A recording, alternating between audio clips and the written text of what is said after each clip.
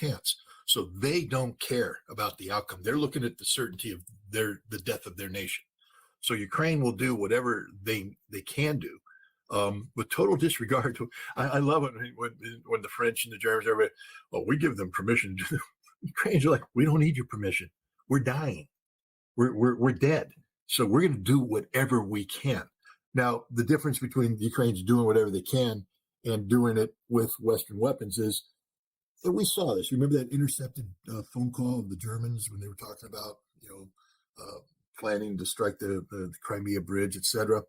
They let it loose that German technicians and French technicians and British technicians were in country doing the targeting because, as Vladimir Putin gave a very interesting presentation the other day, he said, look, we know how this is. They use space reconnaissance.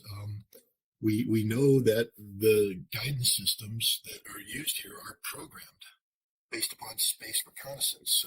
The satellites provide the linkage. The Ukrainians have nothing to do with this, can have nothing to do with it, because the Ukrainians aren't the ones collecting the target data, bringing it up, turning it into data that's usable. And that's all done by the French, the British, the Germans, the Americans. For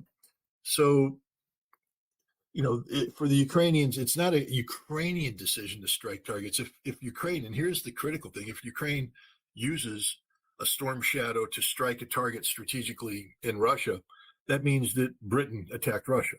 Straight up, Britain attacked Russia. If they use a scalp missile to do something, the French attacked Russia. And if they use ATACMS, the Americans attacked Russia. This is just the reality of this. We're trying to create a situation where we say we give the Ukrainians permission to use these weapons to strike Russia. It's us doing the attacking. So we're giving ourselves permission, but we're pretending that it's Ukrainians doing that. But the Russians have seen through this. I don't know what Russia's going to do if and when Scalp, Storm Shadow, God forbid the Taurus ever shows up, or ATACMS is used in a specific manner. That's separate than attacking these air defense radars or these early warning radars.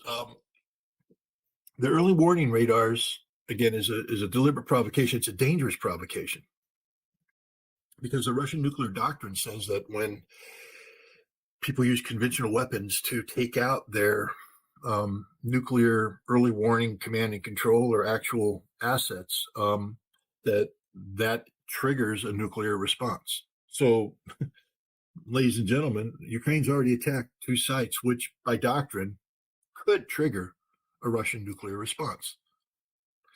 Now, if these attacks were done by Western missiles, at a time of high tension, Russia could say, this is the first phase of a preemptive attack by the West. We will preempt the preemption by attack, by launching now.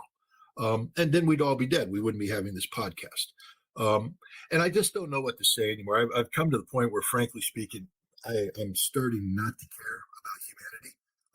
And the reason why I say that is I don't know what else I have to say to warn everybody that you're about to die, that this isn't a joke anymore. This is the most dangerous thing in the world that's taking place right now. What we just talked about, the Ukrainians attacking Russian early warning defense radars, is a trigger for nuclear attack. Now, the Russians, thank God, they're governed by responsible people who don't take the bait. But if you listen to what Putin just said, he said, we know how this works and we know who's responsible.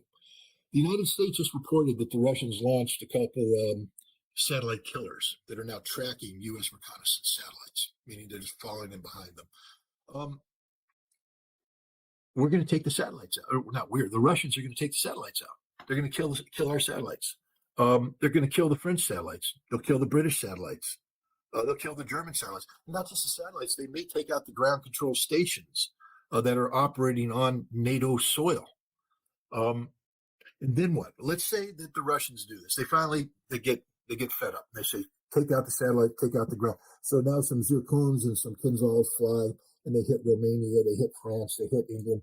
And then what the Russians will say is, I just want everybody to understand that this was a retaliatory action for the attacks you did against us. We know what you did.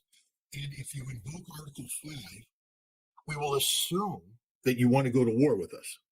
So the second you invoke Article 5, we're at war and we're going to nuke you.